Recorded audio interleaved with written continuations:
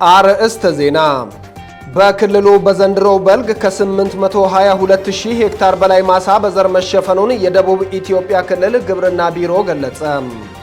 በጋሞ ዞን የማህበረሰብ አቀፍ ጤና መድን ተጠቃሚዎች ቁጥር ከ220,000 በላይ መድረሱን የዞኑ ጤና መምሪያ አስታወቀ።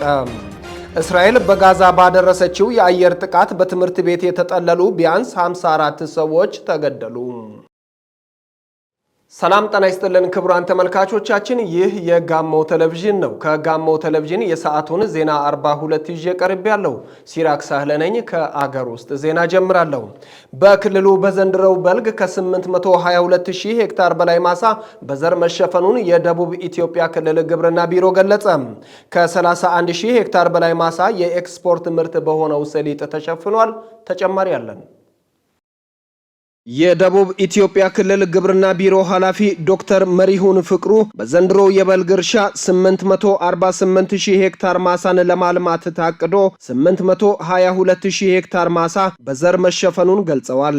ለኩታ ገጠም እርሻ ትኩረት ሰጥተው እየሰሩ እንደሆነ ያስረዱት ዶክተር መሪሁን በዘንድሮ በልግ 266,000 ሄክታር በኩታ ገጠም ለማልማት ታቅዶ 202,000 ሄክታር በኩታ ገጠም እየለማ መሆኑን ይናገራሉ። በክልላችን የበልግ ስራ አቅደን የጀመርነው ወደ 848,000 ሄክታር ገደማ ነው። ከዚህ ውስጥ እስካሁን ድረስ እስከ 822,000 ሄክታር በዘር ተሸፍኗል። ከዚህም ውስጥ ትኩረት ሰጥተን እየሰራን ያለ ነው በክላስተር እርሻ ነው። ግራና ቀኝ ላይ ያያችሁ ያላችሁት የበቆሎ ሽፋን አሁን እዚህ አካባቢ ላይ አንድ ክላስተር ነው። ይሄ ክላስተር ለራማሎ ጫፍ ላይ ያለ አካባቢ ነው።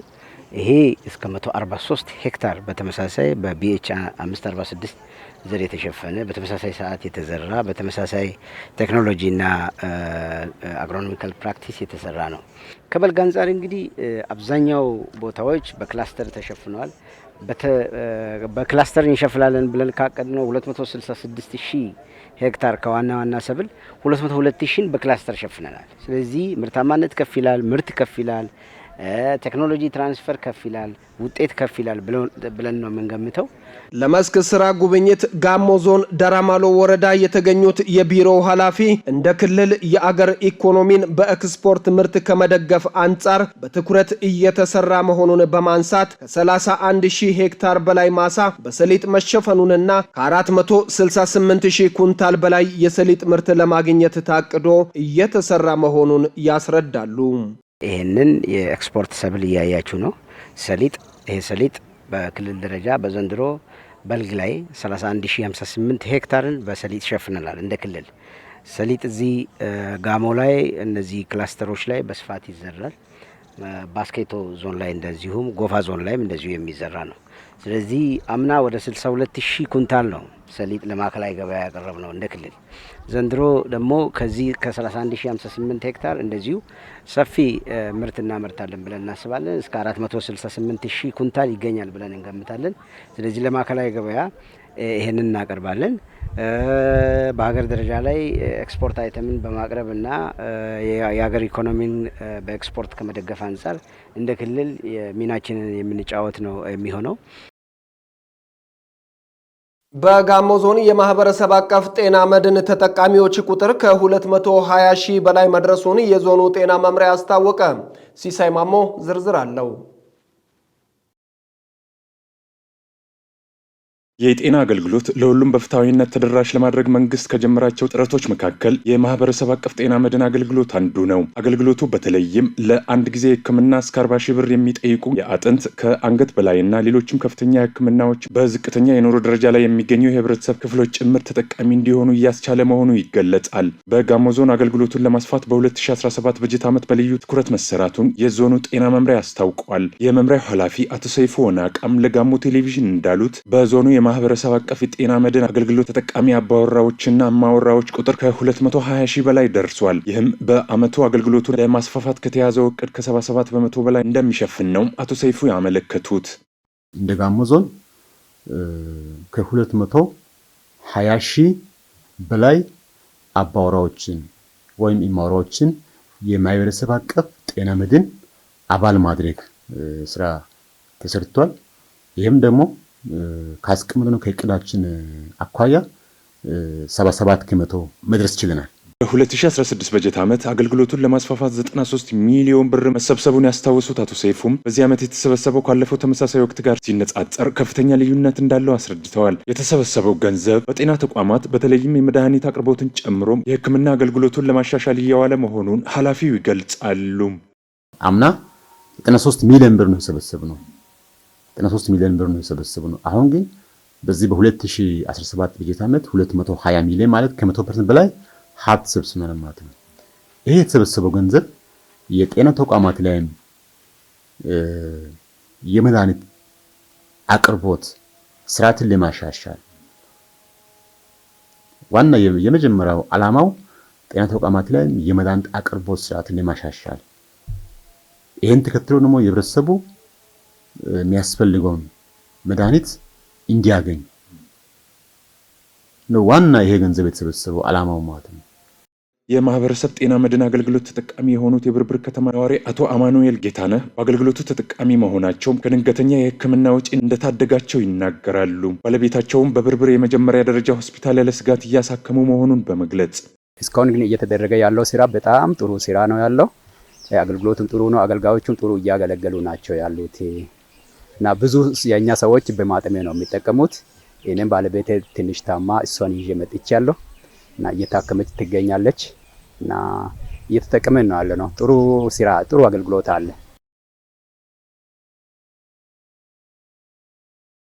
በዘንድሮ በልግ በሄክታር በአማካይ ከ47 ኩንታል በላይ የበቆሎ ምርት ለማግኘት አቅደው በኩታ ገጠም እያለሙ መሆኑን በጋሞ ዞን የዳራማሎ ወረዳ አርሶ አደሮች ተናገሩ። በዞኑ ከ22000 ሄክታር በላይ ማሳ በቆሎ በኩታ ገጠም እየለማ ነው። ተጨማሪ አለን።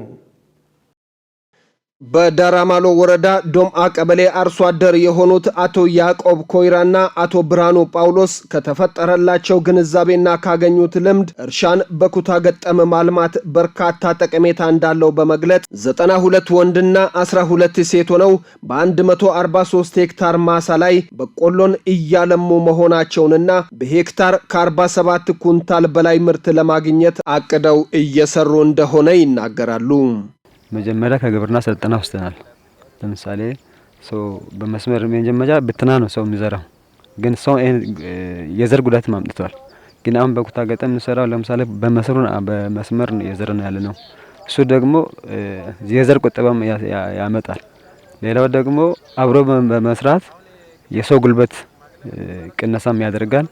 መጀመሪያ በአንድ ከሚለፋው ብዙ አንድ ጊዜ 104 አርሶ አደሮች አለን። ያው 12ቱ ሴት ናቸው፣ 92 ወንድ ናቸው። በእነሱ አማካይነት በአንድ ላይ እየሰራን ተቸግሮ ከኛ መሃል አንዱ ብቀር የሌላውን ሸፍነን በአንድ ነው የምንሰራው። እኛ እንደ መጀመሪያው አይደለም አብስተን እንወስዳለን ብለን ከአንድ ኩንታል እነሱ ሲያስተምሩ ከአንድ ሄክታር የተፈለፈለ በቆሎ 47 ወይም ከዛም በላይ ኩንታል ለመውሰድ አቅዳችሁ ሲሩ በተባለው አቅደን ነው በቃ እንለወጣለን በሚለው ነው የምንሰራው። ለውጤታማነቱ የግብርና ባለሙያዎች እያደረጉ ያሉት ድጋፍና ክትትል ጥሩ እንደሆነ የሚገልጹት አርሶ አደሮቹ ከዝናብ ጥገኝነት ተላቀው ማምረት እንዲችሉ የውሃ አማራጭ እንዲፈለግላቸው የግብዓት ዋጋና የትራክተር አቅርቦት ላይ የሚመለከተው ክፍል በአንክሮ እንዲሰራ ይጠይቃሉ። የግብርና ባለሙያ መጀመሪያ እርሻ ውስጥ ከመግባት በመጀመሪያ ዙር ስልጠና ሰጥተውለኛ ሁሉም ሰብሰብ ስልጠና ሰጥተው እንዴት መዝራት እንዳለብን፣ እንዴት መስራት እንዳለብን፣ እንዴት ተባብረን መውጣት እንዳለብን ስልጠና ሰጥተው በእነሱ ነው ይሄ ሁሉ የተሰራው በእነሱ ሳቢያ ነው። የግብርና የወረዳውም ግብርና ሲመጣሉ የቀበሌ ግብርና ተወካዮች ይመጣሉ። ከኛ ጋር የዘሩን አብረን እየሰራን ያለ ነው። በዝናብ ነው እየመረተ ያለው።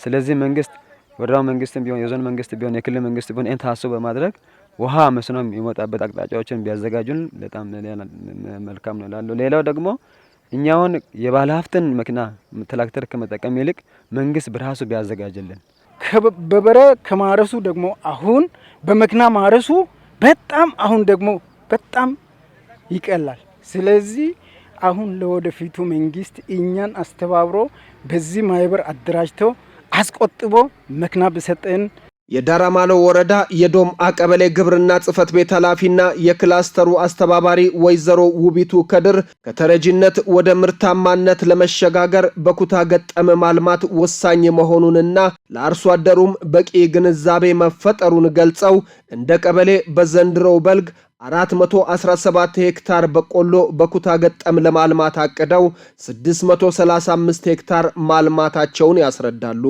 በበቆሎ ረገድ እኛ በክላስተር 417 ሄክታር በክላስተር ብቻ ለማምረት ነው። ጠቅላላ የበቆሎ እቅዳችን 679 ሲሆን ከዛ 850 አሳክተናል።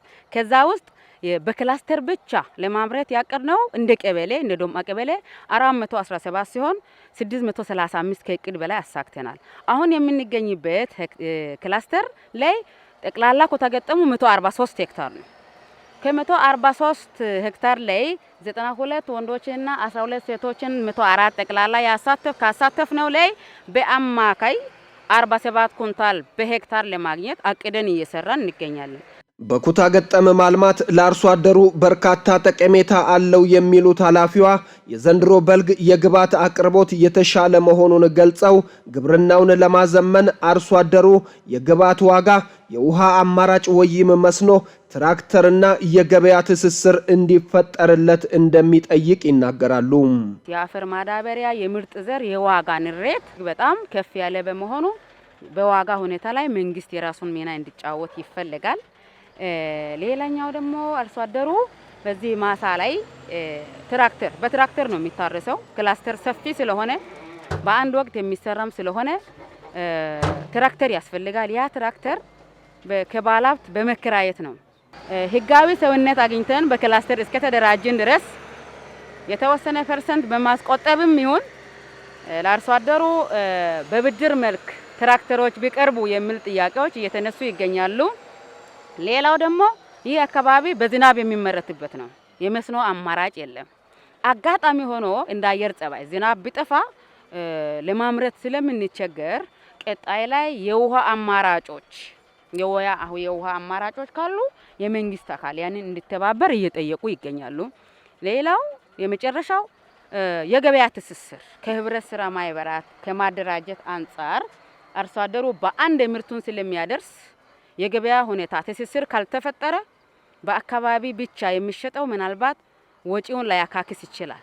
በዳራማሎ ወረዳ የበልግ አፈጻጸም የመስክ ምልከታ ያደረጉት የጋሞ ዞን ግብርና መምሪያ ኃላፊ አቶ ማጌሶ ማሾሌ እንደ ዞን በዘንድሮ በልግ ከ22000 ሄክታር በላይ በቆሎ በኩታ ገጠም መልማቱን ገልጸው የቅድመ ምርት ትንበያው በሄክታር ከ40 ኩንታል በላይ ሊገኝ እንደሚችል ያሳያል ይላሉ።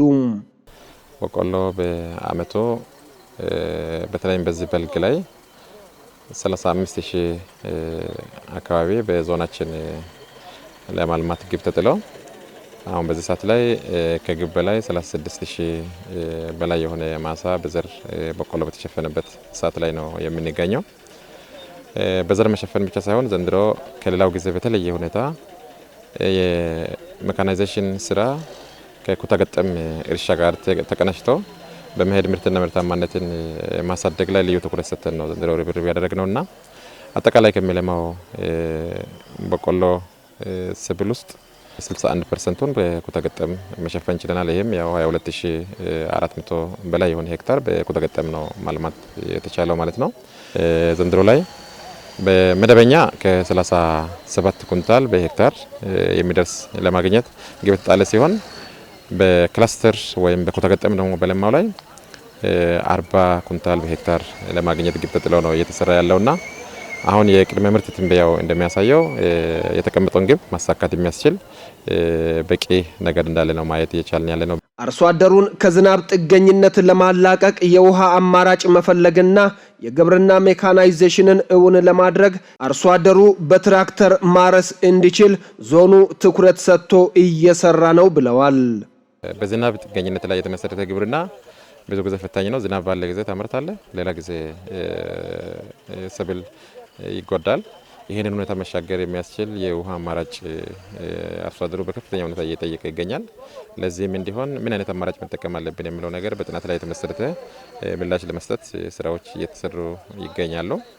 ሁለተኛ ደግሞ ሜካናይዜሽንን እውን ለማድረግ የትራክተር በትንሹ የትራክተር እርሻ ለማረስም ለመዝራትም ይፈልጋልና ለዚህም የሚሆን አርሶ አደሮቹ በጋራ ሆነው በጋራ ቆጥበው ብድር አገልግሎት በመጠቀም የሜካናይዜሽን እርሻ እውን የሚያደርጉበት ሁኔታ ላይም በዚህ ላይ የሚሰሩ ከፋይናንስ ተቋማት ጋርም እየተሰራ ይገኛል። መንግስት ለዚህ ልዩ ትኩረት ሰጥቶ እየሰራ ይገኛል።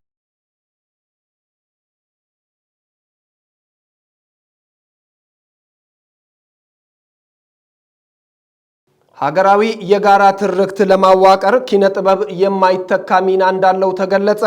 በደቡብ ኢትዮጵያ ክልል ባህልና ቱሪዝም ቢሮ አዘጋጅነት ሀገርና ጥበብ ለኢትዮጵያ ማንሰራራት በሚል መሪ ቃል የኪነ ጥበብ ባለሙያዎች ክልላዊ የምክክር መድረክ በአርባ ምንጭ ከተማ ተካሂዷል። ፍሬው አበበ ዝርዝር አለው። በደቡብ ኢትዮጵያ ክልል ባህልና ቱሪዝም ቢሮ አዘጋጅነት ሀገርና ጥበብ ለኢትዮጵያ ማንሰራራት በሚል መሪ ቃል የኪነ ጥበብ ባለሙያዎች ክልላዊ የምክክር መድረክ በአርባ ምንጭ ከተማ አካሂደዋል። በደቡብ ኢትዮጵያ ክልል ምክትል ርዕሰ መስተዳደር ማዕረግ የፋይናንስና ኢኮኖሚ ልማት ቢሮ ኃላፊ አቶ ተፈሪ አባተ ደቡብ ኢትዮጵያ ክልል 32 ብሔረሰቦች ከሌሎች ብሔረሰቦች ጋር በአንድነት የሚኖርበት መሆኑን ጠቁመው ይህም ለቱሪዝምና ጥበብ የምንጠቀምበት ሀብት ነው ብለዋል። ይህንን ውበት የልዩነትና የግጭት አጀንዳ የሚያደርጉ አካላት የኪነ ጥበብ ባለሙያዎች በጋራ መከላከል አለባቸው ብለዋል። እንደዚህ ልዩነታችን ውበት እንጂ ክፋት የለውም። አሁን የተለያዩ ብሔር ብሔረሰቦችን ጨዋታዎችን ዛሬ ከ32 በላይ ብሔር ብሔረሰቦች እዚህ ትገኛላችሁ። ይሄ ለኛ ትልቅ ሀብት ነው፣ እምቅ አቅም ነው። ይሄ ለክልላችን ትልቅ ኩራት ነው። ይሄንን እንደ ጥሩ ነገር መጠቀም እንጂ እንደ መጥፎ ነገር በማጋጨት ትርፍ ለማግኘት የሚሰሩ ሰዎችን ልታወግዙ ይገባል። ባለፉት 7 ዓመታት በፖለቲካ ኢኮኖሚና ዲፕሎማሲ ዘርፍ የተመዘገቡ ስኬቶችን በማጉላት ለህብረተሰቡ ገንቢ መረጃዎችን ተደራሽ ማድረግ እንደሚገባም አስገንዝበዋል። እንደምታዩት በክልላችን በተለያዩ ቦታዎች የማዕድን ቁፋሮዎች በማድረግ የከሰል ድንጋይ በማውጣት ወርቅ በማውጣት የተለያዩ እምነበረድ በማውጣት ለዓለም የሚሆኑ ምርቶችን በማምረት ከዚህ ቀደም ምንም አይነት ነገር የኢኮኖሚ ዘርፍ ሆነው የማይታዩ ነገሮች ዛሬ ላይ ይሄ የቱሪዝም ዘርፉ በአገር ደረጃ ለዓለም የሚበቃ ሰፊ ስራዎች የተሰሩ ነው። የከተሞች የኮሪደር ልማት ከአዲስ አበባ ጀምሮ በየአካባቢው በትላልቅ ከተሞች የተሰሩ ያሉት አሁን ላይ የገጠር ኮሪደር ስራዎች ተጀምረዋል። እናንተ ራሳችሁ ዛሬ የቱሪዝም ውጤቶች ናቸው። የክልሉ ባህልና ቱሪዝም ቢሮ ኃላፊ ወይዘሮ ወይኒቱ መልኩ የኢትዮጵያ ጥበባት ለሀገረ መንግስት ግንባታ ቁልፍ ሚና እንደነበራቸው አስታውሰው የለውጡ መንግስትም ከዘርፉ ባለሙያዎች ጋር በቅርበት እየሰራ መሆኑን ተናግረዋል። ከቅርብ ጊዜ ወዲህ በሀገራችን የኪነ ጥበብ ስራዎች ትኩረት ተሰጥቶ የተሻሉ ስራዎች እየተሰሩ ይገኛሉ። የኢትዮጵያ ጥበባት እጅግ ጥንታዊ መሰረት ያላቸው ከስርዓተ መንግስት እና ከስልጣኔዎቻችን ጋር ተሳስረው የመጡ የባህል መሰረታቸው እጅጉን የሚያስደንቅ በውስጣቸው የተጎናጸፉ ፍልስፍናዊ መሰረት ሊቅና ረቂቅ ናቸው። በኪነ ጥበብ ዘርፉ የተሰማሩ አካላት ለሰላም ለአንድነትና ለብልጽግና በትኩረት ሊሰሩ ይገባልም ብለዋል። ሀገራዊ የጋራ ትርክት ለማዋቀር ጥበብ የማይተካ ሚና እንዳለውም አመላክተዋል።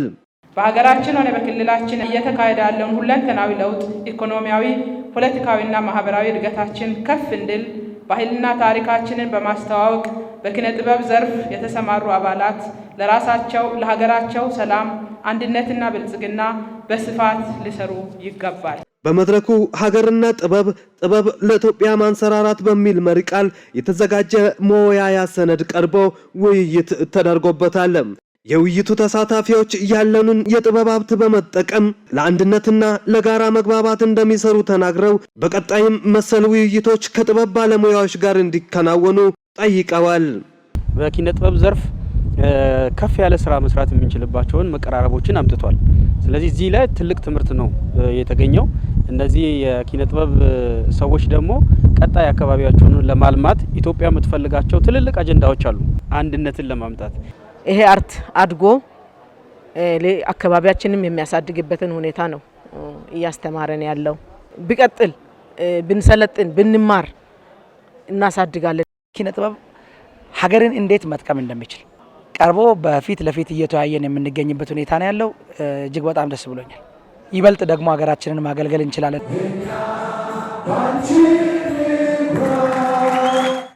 የገንዘብ ቁጠባና ብድር ህብረት ስራ ማህበራት ትብብር መጎልበት የህብረተሰቡን ተጠቃሚነት ለማረጋገጥ የጎላ አስተዋጽኦ እንዳለው የጋሞ ዞን ህብረት ስራ ልማት ጽህፈት ቤት አስታወቀ።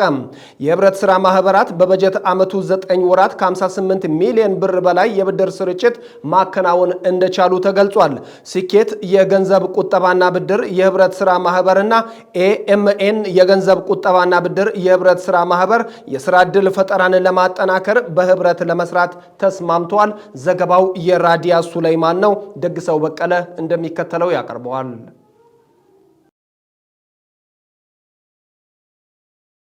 በጋሞ ዞን 1449 መሰረታዊ የህብረት ስራ ማህበራት መኖራቸውን ያስታወቁት የጋሞ ዞን ህብረት ስራ ልማት ጽህፈት ቤት ኃላፊ አቶ ተስፋ ጽዮን ዘነበም ከነዚህ መካከል 98 ማህበራት የገንዘብ ቁጠባና ብድር መሰረታዊ የህብረት ስራ ማህበራት መሆናቸውን አብራርተዋል። በዞኑ ከሚገኙ 7 መሰረታዊ የህብረት ስራ ዩኒዮኖች መካከል 2ቱ የገንዘብ ቁጠባና ብድር ህብረት ስራ ዩኒዮኖች መሆናቸውንም ተናግረዋል። ህብረት ስራ ልማት ሴክተር ከሚሰራቸው እና ከሚያደራጃቸው ማህበራት አይነቶች አንዱ የገንዘብና ብድር ቁጠባ ህብረት ስራ ማህበራት ናቸው። ካሉት ከ5 አይነት መሰረታዊ ህብረት ስራ ማህበራት አይነቶች አንዱ ሆኖ በጋሞ ዞን ውስጥ ከ1449 መሰረታዊ ህብረት ስራ ማህበራት አሉ። 7 ዩኒዮኖች አሉ። ከ7ቱ ዩኒዮኖች 2 ገንዘብ ቁጠባና ብድር ህብረት ስራ ዩኒዮን አለን። አሻም የገንዘብ ቁጠባና ብድር ህብረት ስራ ዩኒዮን እና ካምባ ምንጭ የገንዘብ ቁጠባና ብድር ህብረት ስራ ዩኒዮን አሉ። የህብረት ስራ ማህበራት የሪፎርም ጽንሰ ሐሳብን በመተግበር በ2017 በጀት ዓመት ባለፉት 9 ወራት ከ58 ሚሊዮን ብር በላይ የብድር ስርጭት ማከናወን እንደቻሉ አስገንዝበው የብድር አመላለስ ተግባርም እየተሻሻለ መገኘቱን አስረድተዋል። የገንዘብ ቁጠባና ብድር ህብረት ስራ ማህበራት ትብብርን በማጠናከር የህብረተሰቡን ተጠቃሚነት ለማረጋገጥ ትኩረት ሰጥቶ እየተሰራ እንደሚገኝ ገልጸዋል። በ2017 ላይ እስካሁን እስካለንበት በ9 ወር ውስጥ የነበረን የገንዘብ ብድር ስርጭት በሁለቱ ዩኒዮኖች ደረጃ በሁሉም መሰረታዊ የህብረት ስራ ማህበራት ስንመለከት ከ58 ሚሊዮን ብር በላይ ነው የገንዘብ ብድር ስርጭት የተደረገው። ከዚያ አኳያ ከአመላለስም አኳያ በጊዜና በወቅት በውላቸው መሰረት የመመለስ ለሚቀጥለው ደግሞ ተጨማሪ የብድር ምንጭን በመሆን የተሰሩ ያሉ ስራዎች እንዳሉ በስፋት መውሰድ በተሻለ መንገድ የተሰሩ ያሉ ነገሮች እንዳሉ ማንሳት ይቻላል። የስኬት ገንዘብ ቁጠባና ብድር ኃላፊነቱ የተወሰነ የግል ማህበር ስራ አስኪያጅ ወይዘሮ ሳምራዊት አሉላ ማህበሩ ከተቋቋመ አጭር ጊዜ ቢሆንም ስራ አጥ ወጣቶችን 30% በማስቆጠብና 70% ብድር በማመቻቸት የስራ ዕድል ፈጠራ ተግባር ማበረታታት እንደተቻለ ተናግረዋል። ለህብረተሰቡ የቁጠባና ብድር አገልግሎት እየሰጠ ያለ ተቋም ነው። ተቋሙ ከተመሰረተ ኦልሬዲ ከ1 ዓመት በላይ ቢሆንም በዚህ አጭር ጊዜ ውስጥ ከ20 ሚሊዮን ብር በላይ ብድርና ከ418 ደንበኞች በላይ መድረስ ችለናል ማለት ነው። ክሎም ኤኤምኤን ማህበር ጋር በትብብር ለመስራት መስማማታቸውን የአካባቢው ማህበረሰብ ስራን ለማቀላጠፍ የሚያግዙም የተለያዩ ማሽኖችን እንዲያገኙ የሚረዳ የብድር አማራጭ ለማስፋት አስተዋጽኦ እንዳለው ገልጸዋል።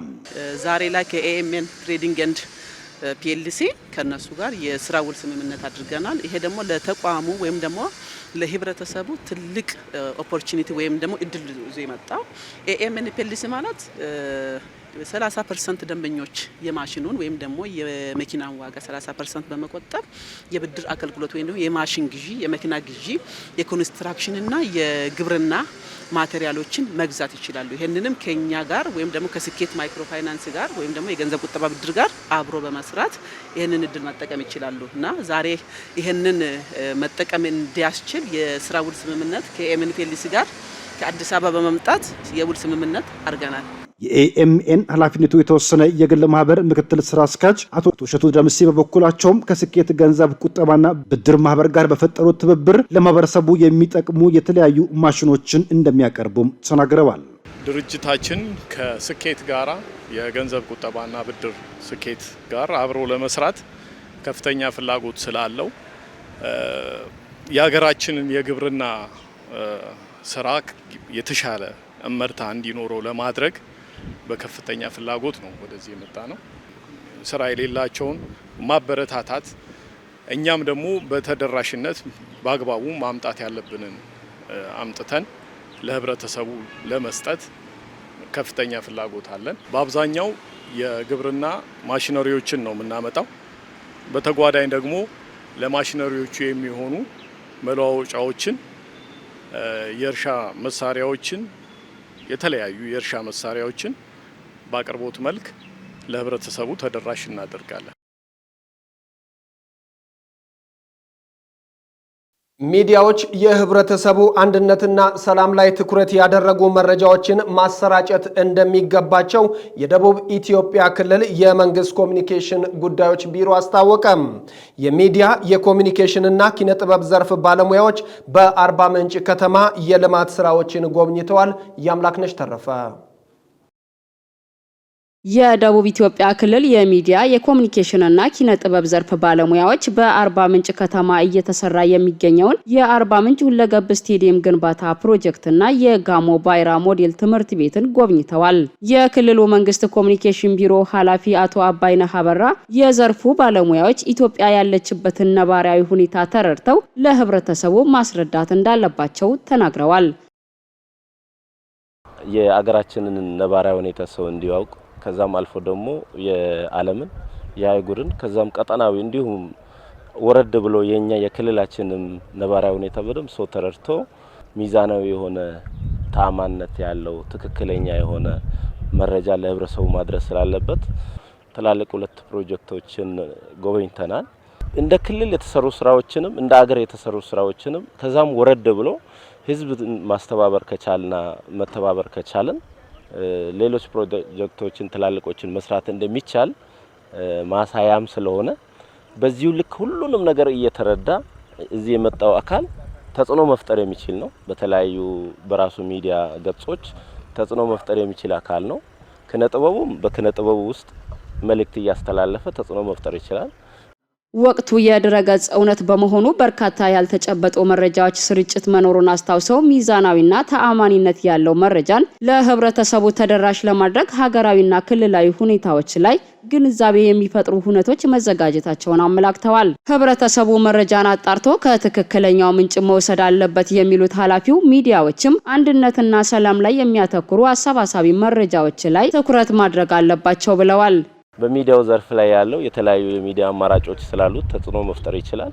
ባህል ላይ ያለውን ደግሞ በባህልም አድርጎ ተጽዕኖ መፍጠር ስለሚችል ሚዛናዊ፣ ትክክለኛ፣ እውነተኛና ተጨባጭ የሆኑ መረጃዎችን ሰው ማስተላለፍ እንዳለበት ታማኝነት ያላቸው ትክክለኛ የሆነ አንዳንድ ጊዜ ደግሞ ሲከተልም የቱ ነው ትክክለኛ የቱ ጋር ነው ትክክለኛ ያልሆነ ያለው የሚለውን ሚዛናዊ አድርጎ ቆም አድርጎ አስቦ አይቶ በዛው አይነት መንገድ እንዲሆን ተፈልገው ነው። በደቡብ ኢትዮጵያ ክልል የባህልና ቱሪዝም ቢሮ ኃላፊ ወይዘሮ ወይኒቱ መልኩ የሚዲያና ኪነ ጥበብ ባለሙያዎች በተለያዩ መንገድ መልእክት ወደ ህብረተሰቡ ተደራሽ እንደሚያደርጉ ገልጸው በሀገር ደረጃ ያሉ በጎ የልማት ጅምሮችና ተግዳሮቶች ላይ ለመምከር መድረኩ መዘጋጀቱን ገልጸዋል። ፓርቲያችን ብልጽግና መንግስትን ከመምራት ከጀመረበት ጊዜ ጀምሮ ምንድነው የተሰራው በሀገሪቱ ላይ ምን ጥሩ ነገሮች አሉ፣ ምን ፈተናዎች አሉ የሚለው ነገር ላይ ውይይት ለማድረግ ነው። የጋራ የሆነ አረዳድ የጋራ የሆነ ግንዛቤ እንዲኖረንና ህዝቡን በሙያቸው ባላቸው ቻናል ህዝቡን የሚደርሱበት አድሬስ የሚያደርጉበት መንገዱ ሰፊ ስለሆነ በእነሱ አማካኝነት ደግሞ ከነሱ የሚጠበቀውን ሀገራዊ ኃላፊነት ክልላዊ ኃላፊነት መወጣት እንዲችሉ አጠቃላይ የሀገሪቱ ላይ ያሉ የተሰሩ ስራዎችንና ከየዘርፋቸው እንደየዘርፋቸው ደግሞ እንደ ሀገር ከነሱ ምን ይጠበቃል የሚለውን ነገር በጋራ ለመወያየት ነው የተገናኙት። የዘርፉ ባለሙያዎች በመልእክታቸው ህብረተሰቡ ለልማትና ለአንድነት መነሳሳት አለባቸው የሚሉት ኃላፊዋ ለዚህም በመንግስትና በህብረተሰብ ተሳትፎ የተሰሩ የልማት ስራዎች ጉብኝት ማድረጋቸውን ይናገራሉ። ከልኡካኑ መካከል ያነጋገርናቸው አቶ ዘላለም መንገሻና አልጋነሽ አልተ ህዝቡና መንግስት በአንድነት ከሰሩ ትልቅ ለውጥ ማምጣት እንደሚቻል በለውጡ አመታት የታዩ ስራዎች አመላካች መሆናቸውን ገልጸዋል። ሰው በራስ አቅም ብዙ ነገር መስራት እንደሚችል የጋሞ ስቴዲየም እዚህ አሁን በአርባ ምንጭ አካባቢ የተሰራው በራስ አቅም ነው። ህዝቡ ገንዘብ እያዋጣ ይህን ያክል ትልቅ ፕሮጀክት ነው እና ሌላውም ደግሞ ገበታ ለሀገር በጣም በቃ ሰው እንደዚህ የመስራት አቅም እንዳለው ተባብሮ ከሰራ እጅ ለእጅ ተያይዞ ደግሞ እዚህ አዳሪ ትምህርት ቤቱም ያየሁት በጣም ደስ ይላል። አሁን እጅ ለእጅ ተያይዘው ብዙ ልማት እንደሚሰራ ነው ያየሁት። እንደምታዩ ስታዲየም እየጎበኘናለን ከሌላም ብሔር ብሔረሰቦች ከተገኙት ከተወጣጡት ሰዎች ጋር ሆነን ማለት ነው እና በጣም ደስ ብሎኛል። በጣም እድለኛ ሆኜ ነው ራስን ያገኘሁት። ቀጣይ ደግሞ ይሄን የልማት ስራዎች ሲያልቁ ተመልሼ መጥቼ በደንብ እስካገኝ ድረስ ጓጓው እና ቆንጆ ስራ እየተሰራ ይገኛል። በጣም ደስ ብሎኛል። አቶ ሰራዊት ዲባባ በበኩላቸው በለውጡ መንግስት በክልሉ በርካታ ፕሮጀክቶች በአጭር ጊዜ ውስጥ እየተጠናቀቁ መሆናቸውን ገልጸው በአርባ ምንጭ ከተማ እየተገነቡ የሚገኙ ፕሮጀክቶች የህብረተሰቡንና የመንግስትን ቅንጅት ማሳያ ናቸው ብለዋል።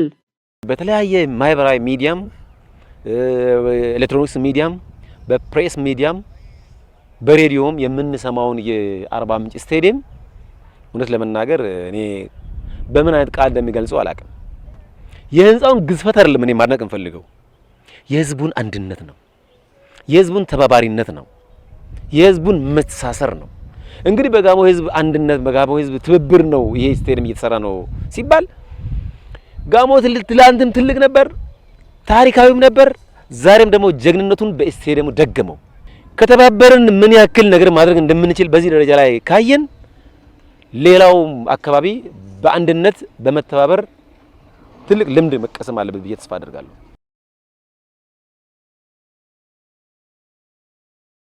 የአርባ ምንጭ ሁለገብ ስታዲየም ግንባታ የዞኑን ህዝብ አንድነት እንደሚያጠናክር በዲታ ወረዳ የዛዳ ከተማ ነዋሪዎች ተናገሩ። ነዋሪዎቹ ለፕሮጀክቱ እውን መሆን አስፈላጊውን ድጋፍ እንደሚያደርጉም ገልጸዋል። ፋሲካ ጸጋዬ ዝርዝር አላት። ለጋሞ ቴሌቪዥን አስተያየታቸውን የሰጡ የዛዳ ከተማ ነዋሪ አቶ ወንድሙ ወቶጮ የአርባ ምንጭ ሁለገብ ስቴዲየም በዞኑ የእርስ በእርስ ትስስርን እንደሚያጠናክር ጠቅሰው በኢኮኖሚው ዘርፍ ትልቅ ፋይዳ እንዳለው ይገልጻሉ።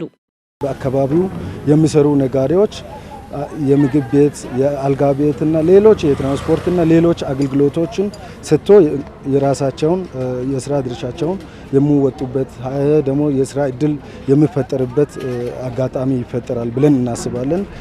ደግሞ ለአካባቢያችን የአካባቢ ወጣቶች እዚህ አርባ ምንጭ ላይ ያለውን ነገር አይተው እዚህም ተጠናክሮ በስፖርቱ ዘርፍ ያው ማህበራዊ መሰረቱን ይዞ እንዲያድጉና ስፖርት ደግሞ አጠቃላይ የማህበራዊ መሰረት ያለ ነገር ስለሆነ ወጣቶች በዛ ታንጾ እንዲያድጉም ጠቀሜታ አለው። ሁላችንም በአንድነት በአንድ አስተሳሰብ ለአንድ ዓላማ የቆመን ማህበረሰብ መሆናችን የምናሳይበት እና ቀጣይም ከዚህ የተሻሉ ፕሮጀክቶችን ለማሳካት አቅም እንዳለን የምናሳይበት አጋጣሚ ነው ብዬ ነው የምወስደው በራሴ።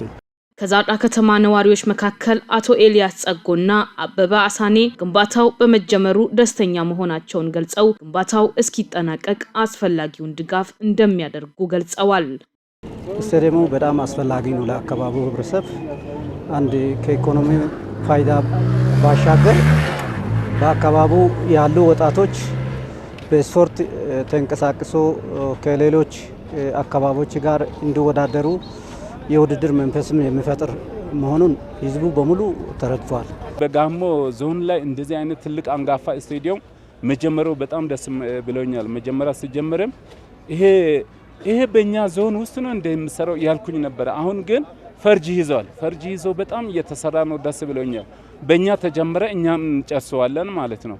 በዞኑ ከሚገነቡ ግዙፍ ፕሮጀክቶች መካከል አንዱ የአርባ ምንጭ ሁለገብ ዓለም አቀፍ ስቴዲየም መሆኑን የሚጠቅሱት የዲታ ወረዳ ዋና አስተዳዳሪ አቶ ደሳለኝ ዶሳ የህዝቡን አንድነት ከማጠናከር ባሻገር ማህበራዊና ኢኮኖሚያዊ ፋይዳው የላቀ መሆኑን ገልጸዋል። አርባ ምንጭ ዓለም አቀፍ ስቴዲየም ግንባታ ከመጀመሪያም ጀምሮ የዞናችን ከፍታ አርማችን ነው። በዚህ ጉዳይ ላይ እንደ ዲታ ወረዳ እኔ ብቻ ሳልሆን ልጆችም እናት አባቶችም አሮጊቶችም የሰማ ሁሉ የደገፈው አስተሳሰቡ። ስለዚህ ቀድሞ ከነበረው ከፍታው ደረጃው የህዝባችን ከፍታው ማሳያ ስለሆነ በዚህ ጉዳይ ላይ ተነጋግረናል። ወርደንም ጉብኝት አድርገናል። የኛ ነጋዴዎችም ጭምር የተወሰኑ ህብረተሰብ ክፍሎች ምሁራንም ተጽዕኖ ፈጣሪዎች ግለሰቦችም ጭምር ጉብኝት አድርገዋል። ያየ ሁሉ የተደነቀበት ጅምር ነው ያለው ማለት ነው።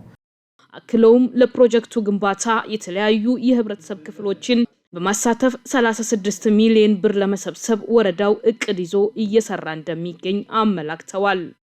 እንደ ዲታ ወረዳ ለኛ የተጣለው የዚህ ጉዳይ ተሳትፎ 36 ሚሊዮን ነው። 36 ሚሊዮን እንዴት መስራት እንዴት መሰብሰብ እንዳለብን ሙሉ በሙሉ የእቅድ ባለቤት ፈጥረናል።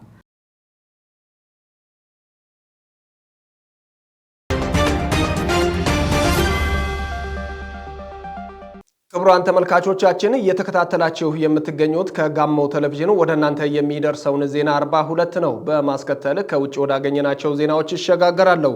እስራኤል በጋዛ ባደረሰችው የአየር ጥቃት በትምህርት ቤት የተጠለሉ ቢያንስ 54 ሰዎች ተገደሉ። ተጨማሪ አለን።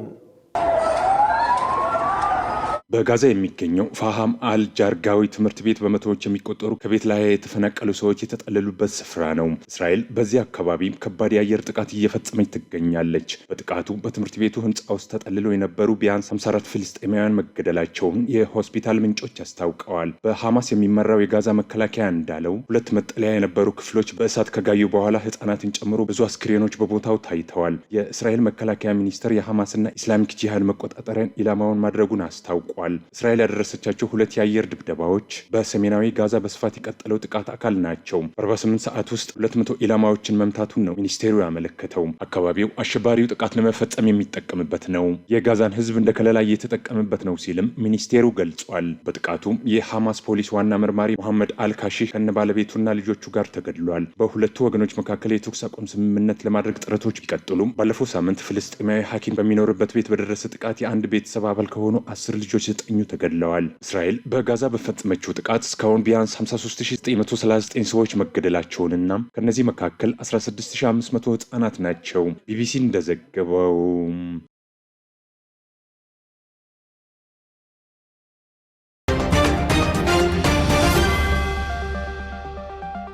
በክልሉ በዘንድሮ በልግ ከ822,000 ሄክታር በላይ ማሳ በዘር መሸፈኑን የደቡብ ኢትዮጵያ ክልል ግብርና ቢሮ ገለጸ።